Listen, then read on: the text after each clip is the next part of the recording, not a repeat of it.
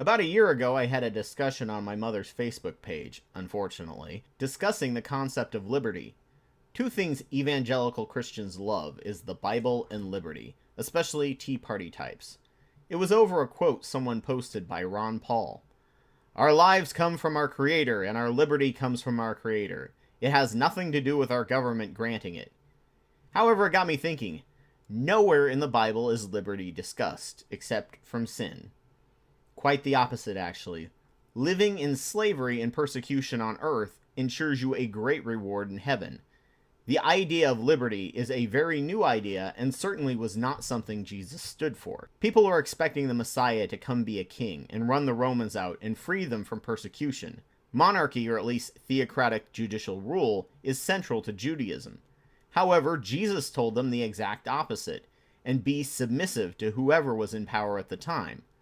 On top of that, nowhere in the New Testament does it say to defend yourself, especially from a government or slave owner. Freedom is given to you by God if He chooses. You're supposed to follow the rulers He gives you. The idea of defending yourself is something that goes against His word. "Whomsoever shall smite thee on thy right cheek, turn to him the other also." You are to be this shining example of peace and love. If they kill you, then you have glory in heaven. If they give you freedom, then it was God that gave it. You're not supposed to fight for freedom, just wait for it and serve God with no thought for yourself or your own rights. You are to bring people to God by your faith alone and work hard, be it through the freedom you've been given or through your slave owner. The only time you are supposed to disobey is when it comes to preaching and spreading your belief as individuals, as opposed to using your political power to push it on kids like religious Americans are doing right now. If America was a Christian nation, then it should have stayed under the thumb of Britain. Instead, they refused to submit, breaking God's law. Canada is a much better example of a Christian nation than America.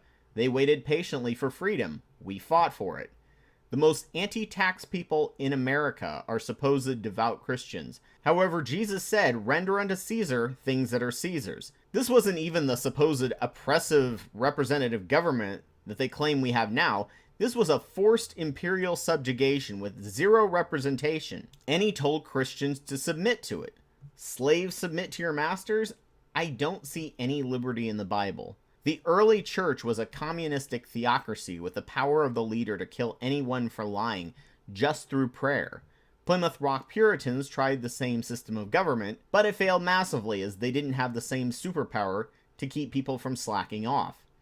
The only time that Jesus ever told believers to take up arms was at the Last Supper when He told the disciples, "But now if you have a purse, take it, and also a bag. And if you don't have a sword, sell your cloak and buy one."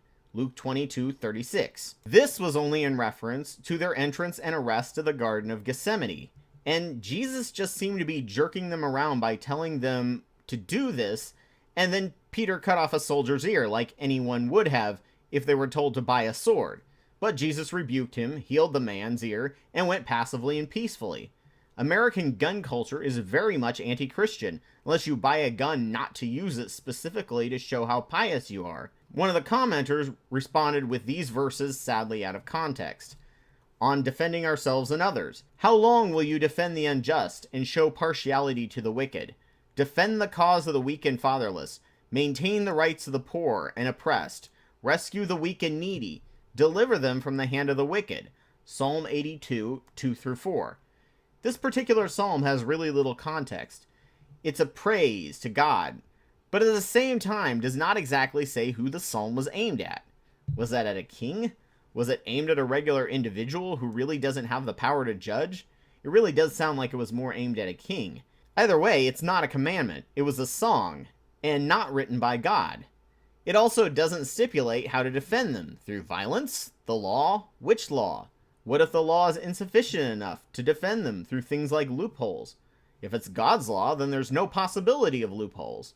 Slaves are obviously weak, poor, and oppressed, but God has clear laws for how to treat and sell them, and even distinguishes lifelong slavery for women and non-Jews. Do these poor not count? And then when Jesus comes along, He says the poor will always be with us. James says to visit the fatherless and the widows, but never to defend anyone. Passiveness is the key to a Christian life. She then used a quote by Jesus, once again out of context, about defending oneself. When a strong man fully armed guards his own house, his possessions are safe.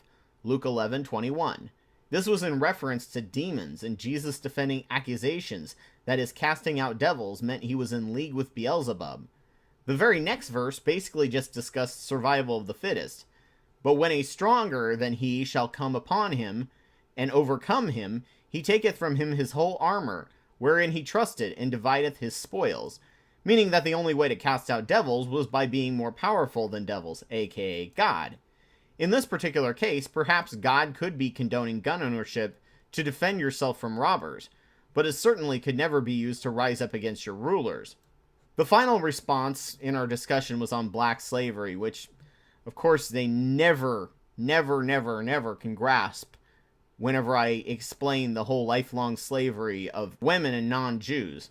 The response was, obviously, our American ancestors weren't following the principles that all men are created equal. Blacks were viewed as non-human, and that mindset has been seen in many other instances, causing untold suffering and oppression. Of course, all men are created equal was written by Jefferson, not the Bible. A man who took the Gospels and tore them up to take out all the supernatural stuff and considered the Bible unbelievable. This always goes to show that most of the people who are Christians really don't know their own book, and who said what. Only 20% of Christians have actually read the Bible, and probably even less than that have actually studied it in depth. The ones that have are either ministers or non-believers now. Nowhere in the New Testament does Jesus promote liberty, overthrowing tyranny, or taking up weapons. One of the reasons why Jefferson was not a Christian. In fact, the final response I posted in this comment to basically end it was, the whole history of these books, the Gospels, is so defective and doubtful, it seems vain to attempt minute inquiry into them. And such tricks have been played with their text, and with the text of other books relating to them, that we have a right, from that cause, to entertain much doubt what parts of them are genuine. In the New Testament, there is internal evidence that parts of it have proceeded from an extraordinary man, and that other parts are a fabric of very inferior minds. It is as easy to separate these parts as to pick out diamonds from dunghills. Thomas Jefferson, letter to John Adams, January 24th, 1814.